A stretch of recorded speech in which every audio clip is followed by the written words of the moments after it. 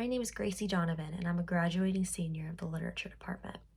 My capstone project is a creative work, a section from the novel I've been working on for the past 2 years. It is currently untitled. I first thought of my novel a couple of years ago when I was watching the 1986 movie Stand By Me with my dad.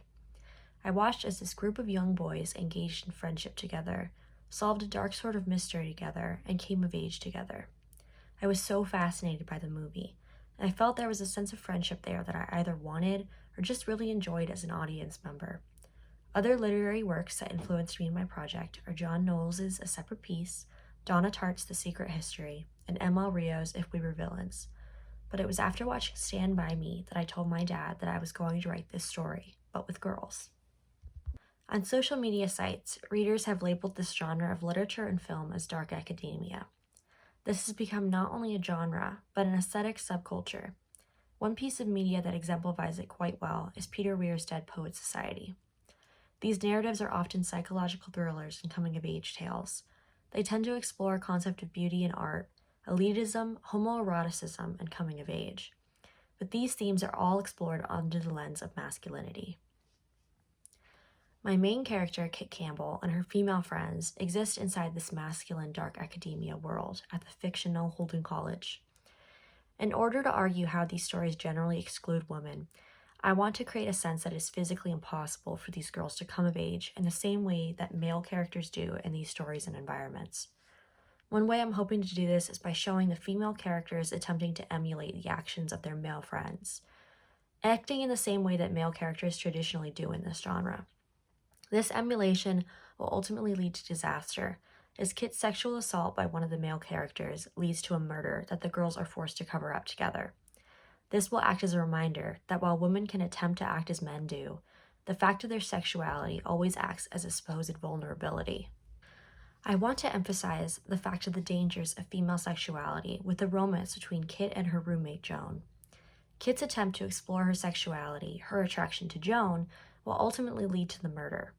This also does the job of including the theme of homoeroticism, which is so important to this genre and its readers.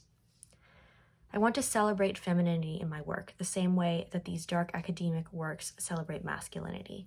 I want to give female characters a chance to come of age, to be immature, to explore their sexuality.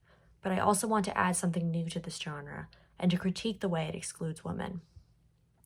My excerpt is the opening to the preface of my novel. In this preface, I will be introducing the murder after it has happened. This is a time jump, as the first chapter occurs before Kit has even arrived at Holden College. This allows me to not explore how the murder happened, but why it happened. This is a concept taken from Donna Tartt's The Secret History, a dark academic work which has heavily influenced me. The living world was obsessed with dead people. It was everywhere, in the news, on television, in novels. Hell, it was even on billboards. Missing persons scattered across milk cartons with the chance, no, mostly a reminder, that these people were already dead. Little girls stolen from their homes, little girls murdered by their brothers with semen found in their underpants, homeless women passed out on a park bench, hardly breathing. Dead people were everywhere, and yet the living seemed to enjoy surrounding themselves in the carnage. It had been less than 24 hours since Joan had turned herself in, and her name was already plastered across the front pages of newspapers. Murder solved, killer found, 20-something male college student dead. But Kit couldn't claim herself above it. She had her share in this celebration of death. She had been to the movies, she had glanced at the faces on the milk cartons, she had chimed in on the conspiracy theories. She gasped along with the rest of the theater when Haley Joel Osment whispered to Bruce Willis, "I see dead people." But didn't everyone see dead people? On the news, the street, the television screen? And why the obsession? Why the bombardment of blood and gore? Joan would have called it a fetish. She loved to toss that term around. A morbid curiosity, a kink, a turn-on. But Joan wasn't here anymore. Not right now, at least. So what would Kit call it? Maybe a reminder? A reminder that she was still breathing, even if someone else was not. I'm alive. I'm alive. I'm breathing. It had been 24 hours, and Kit was wondering what Joan would think, even though Joan had told her not to think of her. It had been 24 hours, but the detectives in front of her had been working on this case, this death, for nearly 24 days. Yet they were still obsessed with every detail, every nuance, every factor surrounding this death. But she supposed that was their job. So they asked her questions, and questions, and questions. So many questions, until Kit's ass grew numb in the solid metal chair where she sat. She'd only seen a room like this on television. Metal table, metal chairs, a witness, and 2 detectives. A mirror behind them that Kit guessed was double-sided. Part of her thought these mirrors weren't real, just something Law and Order SVU had added in to make sure the story was more dramatic. Who was watching her behind that mirror? And what did they think of her?